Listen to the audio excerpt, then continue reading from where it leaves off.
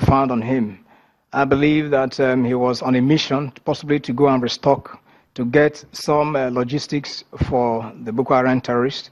But currently he's undergoing interrogation, and the full details, of course, we'll get to know, and even those who sent him. On the 26th of February, at about 1740 hours, own troops in collaboration with personnel of the Department of State Service with a tracking team arrested 3 Boko Haram terrorists at Arawa and Malan Inner area of Gombe metropolis. Of course, this also has been reported, but the suspects, the 3 of them, Bilal Mohammed Umar, Bashir Mohammed, and Mohammed Megeri Abubakar, they confessed to have fled from Chad Republic and to belong to the Al-Banawi group of the Boko Haram terrorists.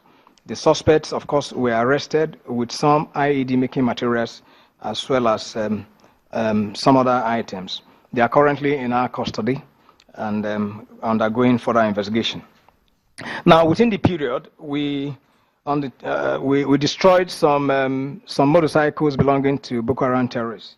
As part of our efforts to dominate our various deployment areas, our troops, discovered on the 10th of February, discovered a congregation of motorcycles which the Boko Haram terrorists were gathering, hopefully, possibly to put to use at a later stage, somewhere around Bara. And of course, we got hold of them and we destroyed them in situ. Now, you're also aware that within the period, we had some female suicide bombers that were also intercepted.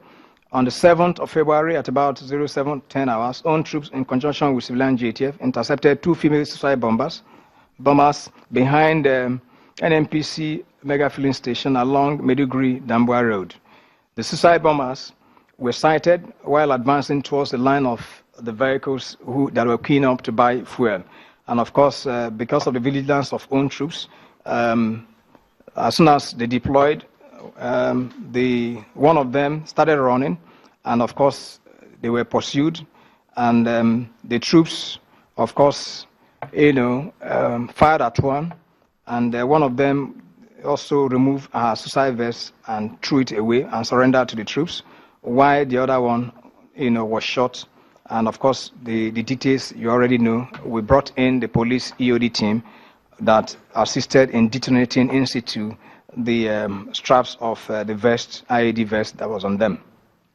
Equally, on the 17th of February at about 02:50 hours, you know of the story. 2 female suicide bombers came to Muna Dalti, and of course, when challenged by the civilian JTF, they quickly detonated their suicide vests, and of course, that also killed the 2 of them, as well as 7 of the civilian JTF that were injured.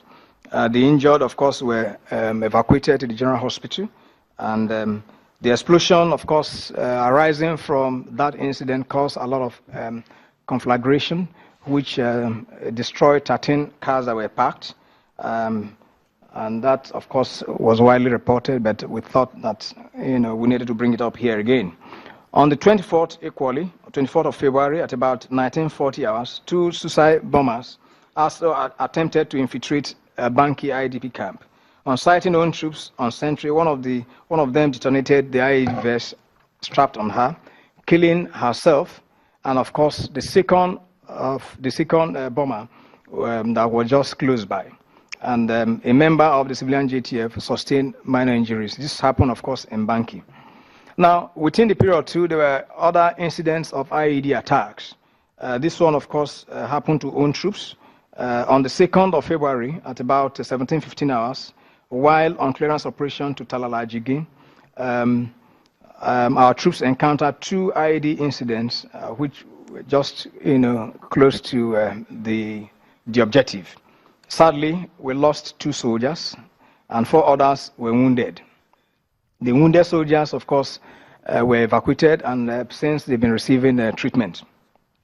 Also, on the 6th of February, at about 08:25 hours, as part of our normal operations, our troops that are situated in Ngoshie, whilst advancing, going on patrol along Ngoshie, Boko Hide, Polka Road, who were involved in IED incident. And sadly too, we lost a soldier, and 4 others were wounded. In his hand, he lost gun truck, as well as 3 rifles were damaged in that unfortunate incident. The wounded soldiers, of course, were evacuated to the hospital, and they are currently responding to treatment. On the 19th of February, at about 1000 hours, our troops encountered IED around Bulajibam general area while advancing, to clear Wayaram village. 2 soldiers were killed in action, while 13 others were also wounded. So you could see that most of the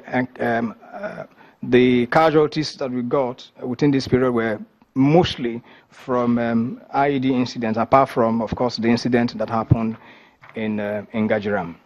Now, within the period, we had a Boko Haram terrorist that surrendered, one Ibrahim Adamu. He had surrendered. Before the surrender, surrendering to the troops in Mongunu, he was located in Chikungudu. Now, let me also mention that within the period, just a few days back, we had to carry out a deliberate operation to Chikungudu. We felt that we needed to go to reoccupy Chikungudu since around the Lake Chad area, there are a few issues that have been cropping up there, so that we had to undertake that operation.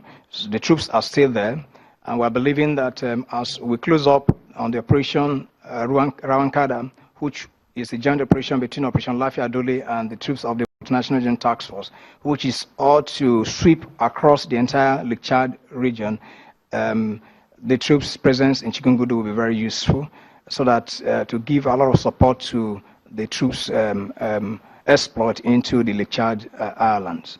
So let me, on that note, stop so far and then show a few clips from our air component operations, all the air operations that we've conducted within the period, very short. And thereafter, I think I should have a little surprise for you today.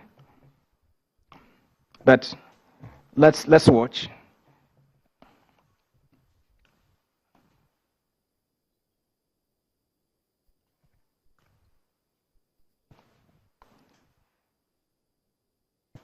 Now, within the period,